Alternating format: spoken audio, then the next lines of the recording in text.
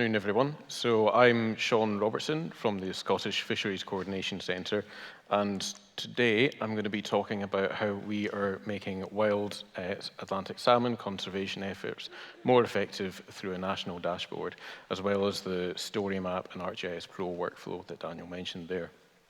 So I've got a lot to cover today and not too much time for it. So first I'll talk a little bit about the Scottish Fisheries Coordination Centre. Then I'm talking a lot today about the importance of salmon. So I'll go into why salmon are important. Then we'll look at the wild salmon crisis and the challenge we're trying to address. And then we'll look finally at the legacy of this project and how we'll maintain it in future years. So first off, about the Scottish Fisheries Coordination Centre. That is quite a mouthful. I'll say SFCC from now on. So SFCC was founded in 1997. It's only a couple of years younger than I am. And it was founded on the back of making data collection protocols standardized for fisheries. So you've got a nice photo here of electrofishing, which is one of our standard data survey methods. But there was no standard protocol before 1997. So SFC's membership of district salmon fishery boards and fishery trusts got together to standardize that protocol. We also run other protocols in habitat mapping, and we run courses in freshwater pearl mussel surveying, and a number of other activities as well. SFCC has evolved over time somewhat. We maintain an electrofishing database for our member organizations. We promote the use of GIS tools among our members. You'll see why, as there's some very powerful projects that have been completed. We maintain Survey 123 forms and dashboards for reporting disease fish and invasive species. There's a nasty looking Pacific salmon there. And one of our previous projects undertaken was mapping out 27 pressures that impact on wild salmon, as you can see on the map on the left. And that's one example of the power of GIS and why we're promoting this among our membership. And the wild salmon challenge that we are trying to address with this project. So in Scotland, salmon fisheries are managed by district salmon fishery boards and in some areas fishery trusts. And you can see on the map on the left the areas covered by these organisations. Back in 2008, there was a national fisheries management planning project undertaken with Scottish Government funding to standardise the approach that these different organisations were taking across Scotland. So there hadn't been any central funding since then, and the lifespan of those plans was about 5 years. Some had been produced on an ad hoc basis by organisations, but our project sought to update these national plans for 44 districts. But also we wanted to make use of the most recent GIS technology to try and make these plans more engaging and dynamic, but also to see how we could get the most out of the data that was collected through something like a national dashboard. So very quickly, we'll look at the importance of salmon. You'll hear me talking a lot about this fish today, so I just want to sort of go into why this fish is so important. So salmon are an indicator species. They migrate from freshwater to the marine environments and back again to spawn. And as they come back into river to spawn, they bring in nutrients from the marine environment. Once salmon die after spawning, those nutrients are released and can be taken up by forests or macroinvertebrates, supporting our ecosystems. And additionally, many interventions to benefit salmon also have a wider positive impact. For example, barrier removal to aid fish migration restores river connectivity. Planting riparian trees to shade our rivers under climate change conditions will benefit other biota that are using or living in our rivers. So that's, just a quick couple of examples of how the interventions to benefit salmon are quite, wide encompassing. Salmon are also important historically and culturally, not just ecologically. Here's a 3D scan of a Pictish stone outside the village of Ederton. Now this was near where I grew up, and so it has some personal links. So there is a carving of a fish on the stone. It's quite hard to see, but the 3D scan has been enhanced a little bit. And this stone was erected somewhere between 4000 to 1500 BC. So the importance of salmon has been there for quite some time to us. Even in more historically recent times, Salmon netting provided a large source of income and livelihoods for some rural communities. Here's some salmon netsmen at Bonar Bridge, where I spent the first few years of my career, but this old bridge here no longer exists. But you can see remnants of this industry throughout the landscape in terms of ice houses, where fish were sent down to market, sometimes preserved in salt or pickle, but fish preserved in ice commanded a much higher price at market. So these ice houses you'll see dotted about the landscape, carved into hills, were used to store ice to send fish on their journey down south. Netting like this doesn't take place because of the state of salmon stocks, but this is just to show how salmon are part of our heritage. And in modern days, salmon angling provides a source of income and revenue to rural communities, but anglers recognize the state of salmon stocks. So angling is at 96% catch and release, which is the highest sort of nationwide catch and release rate in the world for Atlantic salmon. So anglers recognize the state of salmon stocks and are doing their part to try and conserve the species. And also salmon are a little bit relevant to me personally, or largely relevant to me personally, as this is how I got into my career of freshwater conservation. So I studied at the University of Aberdeen, and I'm sure there's a few other Aberdeen graduates in here today, before getting a placement at the Spey Fishery Board and then working at the Cowley Sutherland. So it was quite wide-encompassing, looking at habitat restoration, juvenile fish monitoring, and this isn't just me and the dog going out for a walk. We were downloading data from temperature loggers, which are in really remote parts of the catchment. And a 15-kilometre hike over rough ground is the only thing that can tire out a Cocker Spaniel. But let's look at the wild salmon crisis now. You might have heard about this in some news articles over the past couple of years, and it sounds like it's over-exaggerating the issue, but it's really not. From this graph here, we can see that catch rates or catch numbers in 2023 were at their lowest on record. Now, there's some complexities with this data. It doesn't account for the amount of effort that goes into catching fish, how many people are out on the river, how long they're out for, but it's still the best statistic we have to look at salmon populations nationwide. And last year, the IUCN also classified salmon as endangered in the UK. So that really brings home that perspective too. And it's not just salmon that are in crisis. I think there is, a wider biodiversity and nature crisis. I'm sure a recent report by Nature Scot found that up to 11% of Scottish species are at risk of extinction. So we have a responsibility to try and do something about this decline. Now, circling back to our fisheries management plans, I've got to give credit to the Forth Rivers Trust here, who a few years ago debuted a StoryMap plan for the Forth and Teeth catchment. Now, this was a really great piece of work, and it showed what's possible with GIS technology. So we were quite inspired by this, and we work with the Forth. They're one of our membership organizations. But we were wanting to try and upscale this to a nationwide scale, but also thinking, how can we get more information from the data that's collected as part of this planning process, and maybe incorporate that into something like a dashboard. So we know how we want it to look and what software we want the plans to be in, but now we need a template. So we examined the previous plans from 2008 and some of the ad hoc ones that organizations had created since then to come up with the main sections that we wanted to have common to all plans. So all plans would have an introduction, that's kind of self-explanatory, a section on the catchment and any key characteristics, what fish species are present and what are their populations like. Now, we wanted a table of actions, and this was really key as it told us what the organizations are doing over the next few years. And this is what we picked out as being a good candidate to use GIS for. A little bit more on that in a moment. We had a section on enforcement, as district salmon fishery boards have enforcement powers. So how are they implementing these powers? How are they preventing fish poaching? And are there any gaps in legislation that prevents them from being effective? A section on education. How are organizations reaching out to schools and communities in the area? And a section on monitoring, as lots of these organizations are monitoring fish populations for specific management reasons within their catchment, but also how are they contributing to some national initiatives like the National Elite Fishing Programme for Scotland. So that monitoring bit seems to draw all this information together. So we have the format, the story map. We know what the template is. So how are we going to put this all together?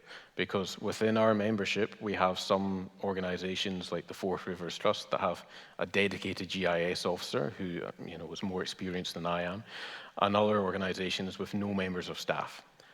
So there's quite a wide range of expertise we had to cover there. And similarly, how are the actions which you want to be the GIS format going to be displayed?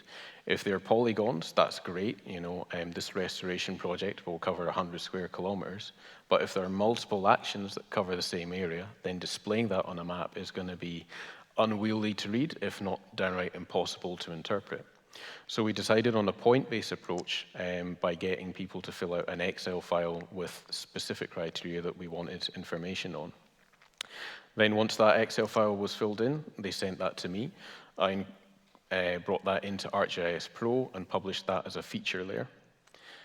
And then we created blank story maps and web maps and gave our contributing organizations editing access to these so they can complete the other sections that are in the template and incorporate their own branding and their own style into it and customize them with some sections that they wanted in there as well. So the next slide, I'll give you a bit of a content warning. We zoom past it very quick because I've got a lot to show and not much time to show it, but this will give you an idea of one of the finished story maps. So you can see at the top here, we've got the different section headings, which make it easy to navigate. It's going to zoom very fast in a second. Yeah, here we go. So we've got a quick catchment tour of the different subcatchments in the Cowles-Sutherland area. And then they move on to a section that wasn't in the template, but some historical management actions to really set some context to what is in the plan. Then we look at what fish species are present within the districts. I've shortened this section to only include 3 species, but the way that an end user interacts with this, with scrolling down in the narrative on the left, is quite engaging. And we have the next one at Neil, protesting about being on the measuring board. And the next one, we've got some data. So a lot of this is just screenshots of images, but the sliders allow people to compare before and after or fry and par numbers. And then we come on to the key section here, which is the priorities for management action. So what the organizations are going to be doing over the next 5 years as dots on the map. And you can just scroll down. There's some narrative on the left here with each action has a little sort of button and a paragraph. So as a user scrolls down, has a read, they click on the button, then the map zooms to the relevant point on the map. And then there's a pop-up that will display some more information like the strategy, objective, cost, and any challenges associated with that action. There's quite a lot more than I can go through here. But the other advantage of that approach was that all the actions across the different districts can be brought into a single dashboard. And this is the part that's quite exciting for me. So you'll notice at the top there's some filters here, so we can filter the dashboard by region, priority, the type of action, or the status of it. All these actions were classified by what they were actually doing. Were they removing a barrier, planting trees, improving habitat? So that information has been recorded and can be filtered and viewed. So we're looking at here at the pressures that each action is addressing. You remember back to where we mapped the pressures at the start of this presentation. We've mapped pressures, and now we've mapped interventions to address these pressures. Although we couldn't decided not to go down a polygon route, we did try to capture an element of the scale of the action that was taking place. Is it a targeted location, say a barrier removal, or is it tree planting across a whole large stretch of river? But we also incorporate some financial information. So this is the finance part of the dashboard, where there's a lot of information here, but we can look at whether the actions are funded or unfunded, partially funded, where that funding is coming from. Is it private finance, public finance, the board or trust's own coffers, or unidentified is the biggest one? And then we've got the next one is the total funding shortfall. Now, before I go into that figure, a quick caveat is that not all actions were able to be costed. If an organization hadn't removed a dam before, for example, how would they know how much that would cost?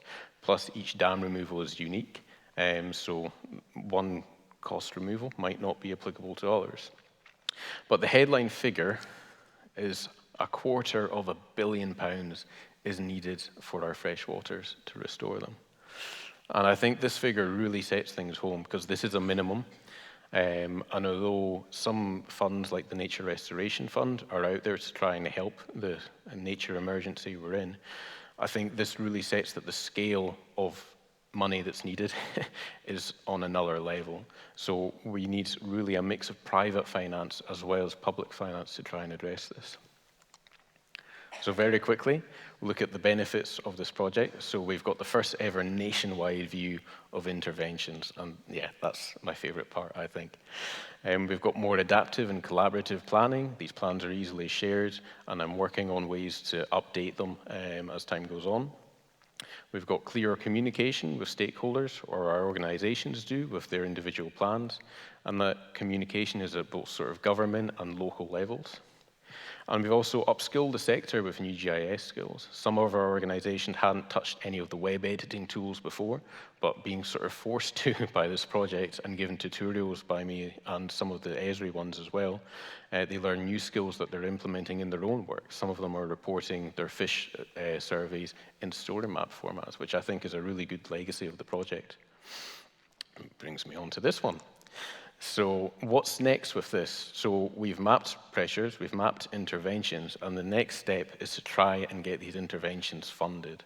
So Fisheries Management Scotland, which is our sort of parent company, is working on this river catchment restoration portfolio project.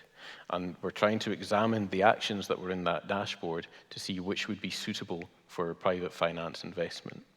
And there's some work that's ongoing with our members to refine that list of actions and that portfolio at the moment. And we'll also be designing a monitoring framework to report success of the projects that are in that portfolio. So we're trying to sort of really have a holistic process with this. And I just want to end on a bit of a message of hope that fish populations can recover. Some of you might have heard of the River Garry restoration projects that's been undertaken in Perthshire, where a section of the River Garry had been dewatered for hydroelectric purposes. But a partnership with the local fisheries board, SSE and SEPA, saw water restored to that area of the river, and salmon are now using that habitat. Similarly, on the River Shin, there's been issues with fish migration past 2 dams, but ongoing work with the local fisheries board, SSE and SEPA has sought to mitigate and help fish on their migration past those dams. And now on the fish counter, I think they've had the highest number in over 10 years. So a nice little success story that fish populations can recover if they are given, there we go, cold, clean water and rivers that run free. And I think all of our interventions are really trying to sort of work towards this end goal. And if we're able to have rivers with cold, clean water, sites like this, this was hastily taken at the Hermitage a few years ago, but sites like salmon leaping at our waterfalls will be free for future generations to see, not just something that will go extinct in our lifetime. So I would encourage you to view the plans, see the actions, see what's going on in your local area, just scan the QR code or go on our website. And yeah, thank you very much.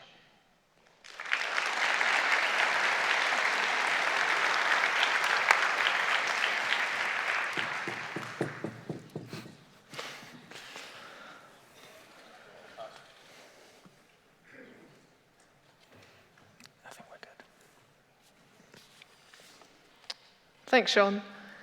Hi, everyone. Hope everyone's having a great day here in Perth. My name is Amy, and I'm a Customer Success Manager here at Esri UK. And I'm joined by my colleague Callum, who is one of our graduate consultants currently working in our technical support team. So we just saw a great presentation from Sean on how Scottish Fisheries Coordination Centre are using ArcGIS Dashboards. And now Callum and I are going to be diving a bit deeper into how effective dashboards are created. So you know what you're going to be seeing between now and lunch, as I'm sure some of you might be starting to think about the catering.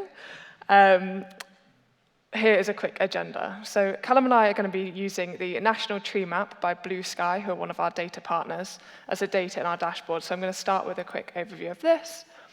Callum's then going to be going through setting up a dashboard from scratch, making this accessible, and the new capability of attribute editing within dashboards. I'm then going to be jumping in to show using a 3D scene and also making a dashboard mobile. So to start, what is the Blue Sky National Tree Map? Well, this dataset is the most complex of its kind, detailing distinct tree locations above 3 meters in height, and this is available across Scotland, England, Wales, and the Republic of Ireland.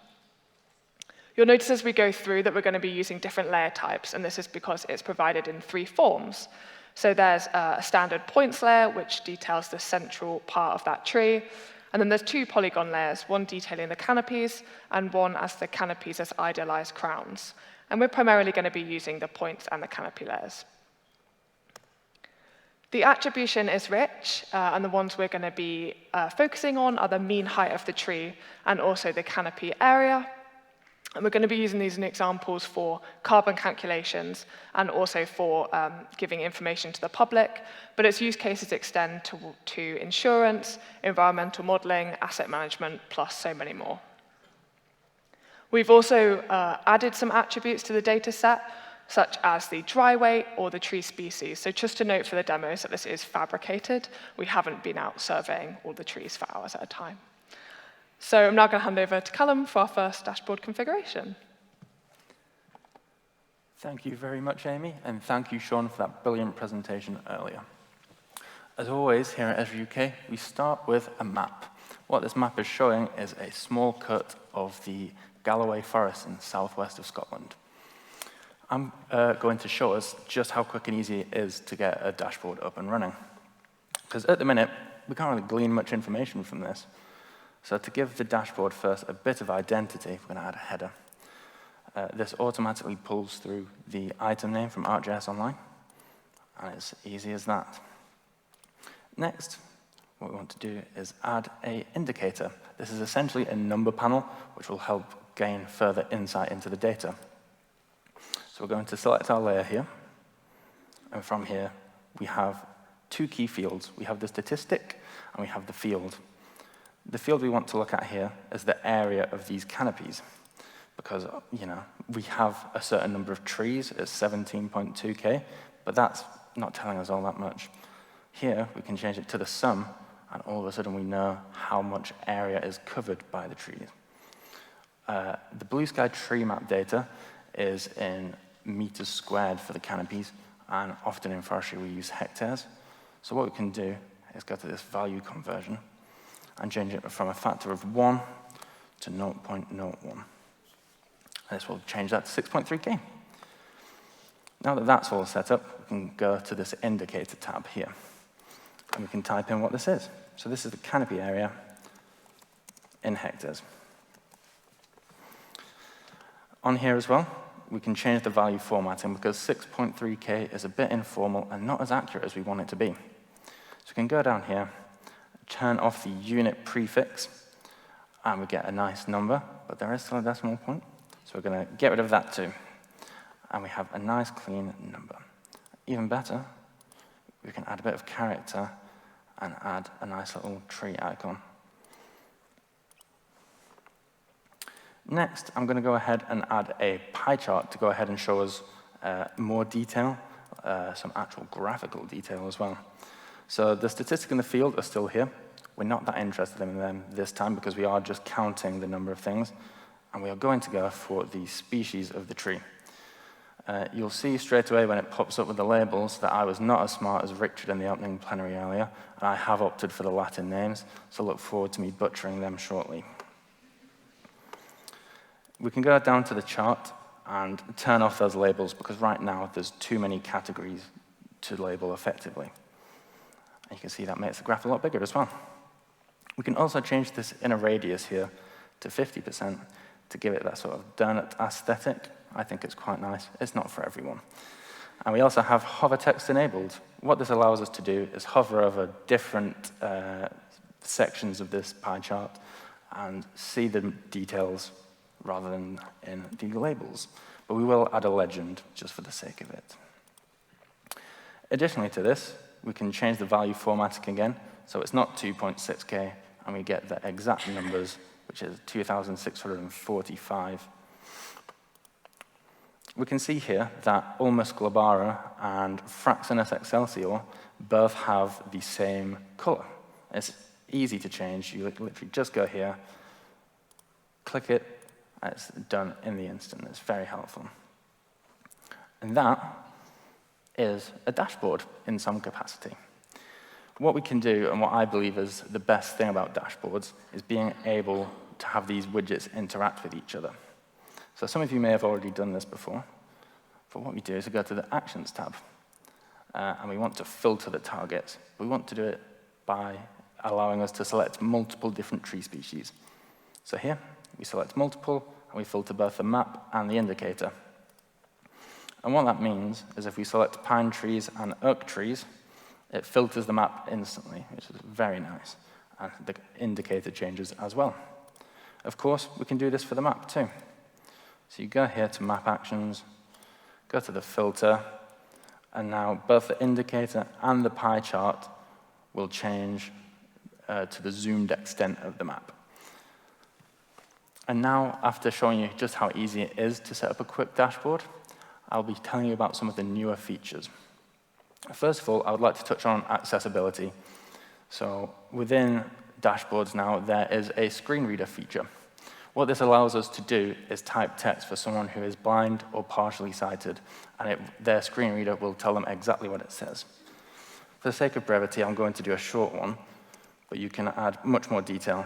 So this pie chart shows the species, I'll keep the typo in there, of Galloway forest. And as you can see that, oh no, it's an actual word, so it didn't show up. So it'll show up now that there is an error.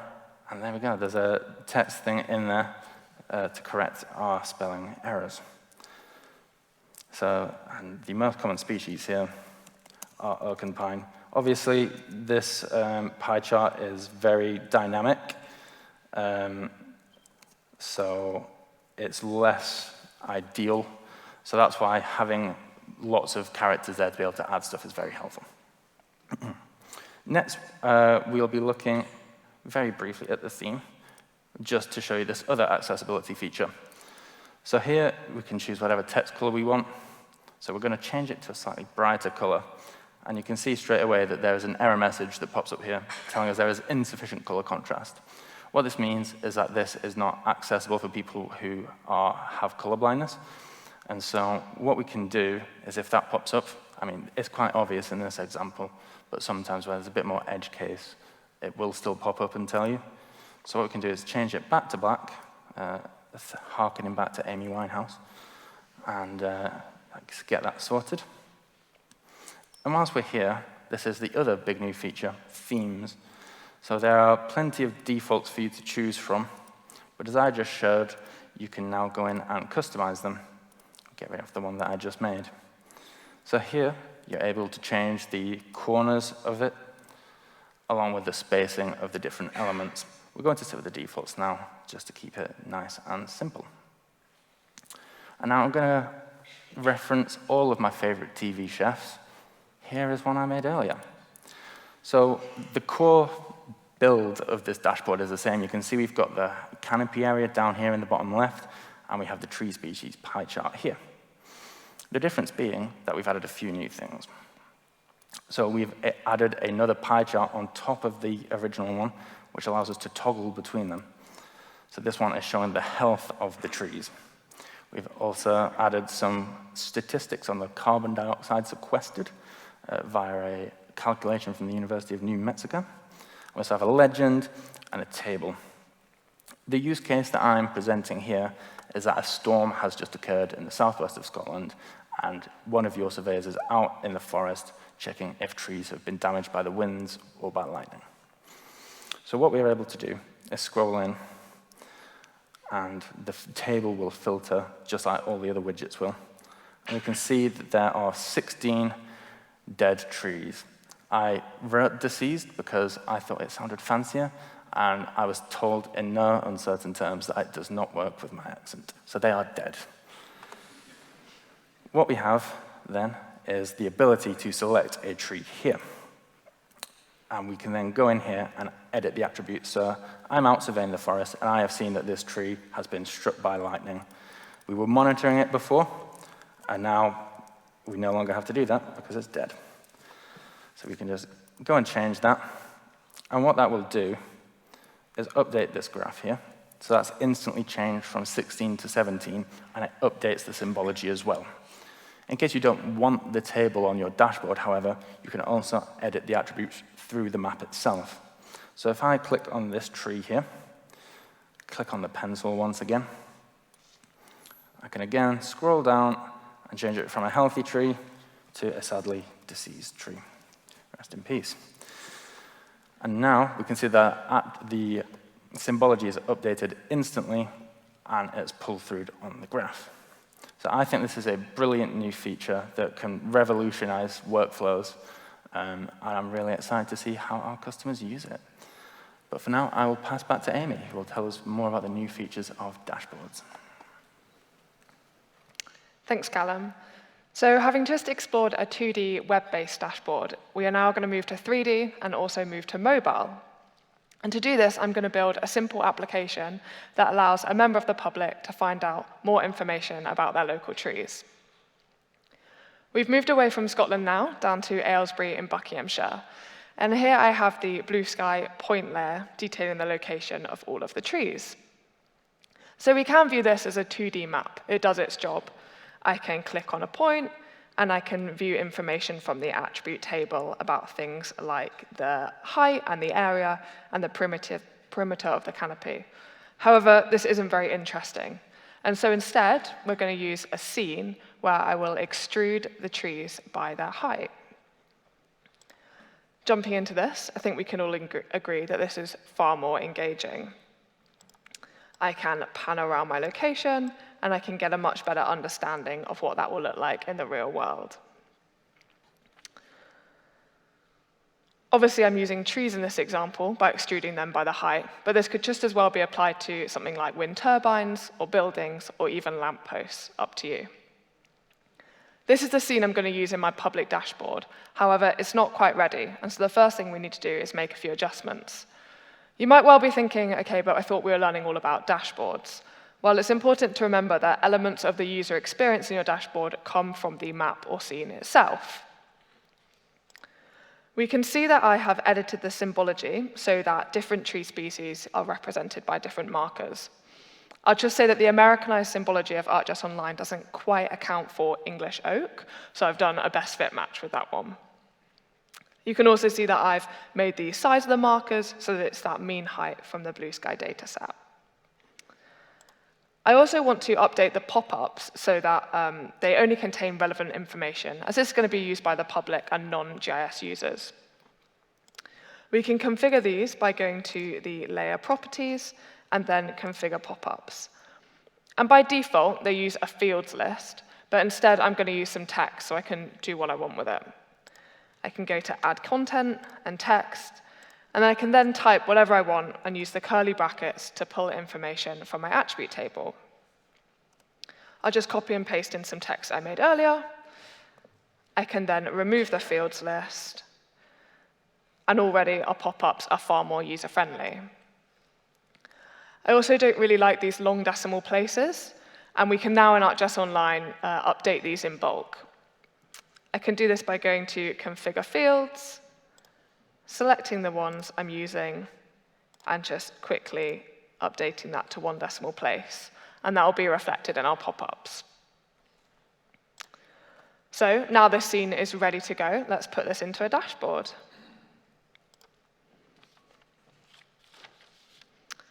The first thing I'm going to do is add a mobile view, as this is going to be used by the public on their mobile phones.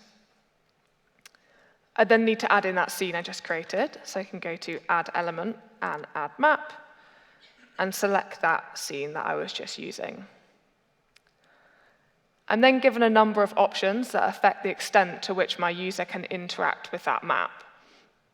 And so for this application, I want them to be able to switch the base map, find their location, and also pan and rotate around the scene. And once that's added in, we'll see our 3D scene load up. The next thing I'm going to do is add a header to give my application some context. For this, I'm going to call it Explore Your Local Trees. And just as Callum was doing, I can edit the theme of that, so I can update the text color or the background color. I'm just going to leave it like it is for now. It's important to remember with a mobile application to not add too many things. Don't try and add too many widgets or elements, as the small screen is quickly going to become cluttered. Using a drawer is useful if you want to add something like a selector or a filter, but not having it take up too much of the page. I'm going to add a selector in my drawer that allows the user to filter by tree species. This will be a category selector that uses grouped values from my points there in the scene. And the category field they're going to be able to select is the species, so I can just select that here. Once I've set that up, I also want to change some of the settings of this. So for example, I want the user to be able to select multiple species at a time, and also to be able to reset and select all in that selector. I can also update the label so it makes a bit more sense. So for this, I'm going to have select a species. And if nothing's selected, we can have no species selected. And finally, I also want that to interact with my map and scene. So I can do that from the Actions tab. And we can go to Filter and ensure that when I select, for example, ash, only the ash trees are shown. So just like that, we've gone from a 2D point layer to a 3D mobile application in about 4 minutes. And we're just going to jump back into the slides for the last bit. So we can now see a finished application in action. You'll notice that I've added a splash screen so that when a user opens that dashboard, they understand a bit more about what they're going to see and how to use it. And I provided some information about using that filter. So this is me out on my evening walk. And I've used that Find My Location tool to put the dashboard where I am. I can then pan around my scene, take a look around, and select a tree that I want to find out a bit more about. And we can see that it's really important to have those pop-ups as user-friendly, interactive elements that are easy to read. I can also use that selector in the drawer to select just the horse chestnut trees. And when I click Done and zoom out, the scene will have filtered so that we can only see those species. Very useful if I want to know where the good conker collecting spots are. I also added that Select All option so that I can then quickly view my dashboard back to how it was with all of the trees available. What I really like about this application is that it's a great use of ArcGIS Dashboards, but you wouldn't necessarily know it. It doesn't look like your typical dashboard, and yet it applies all of the same logic, but users don't need to know anything about GIS to use it. Thank you so much, Amy. Finally, I just want to round this off by saying a huge thank you for joining us. This is just the start of ArcGIS Dashboards. There is a great webinar on our YouTube channel called Uncover the Possibilities with Arcade that I would recommend, and there's plenty of other blogs and articles on how you can use Arcade to enhance the ArcGIS platform.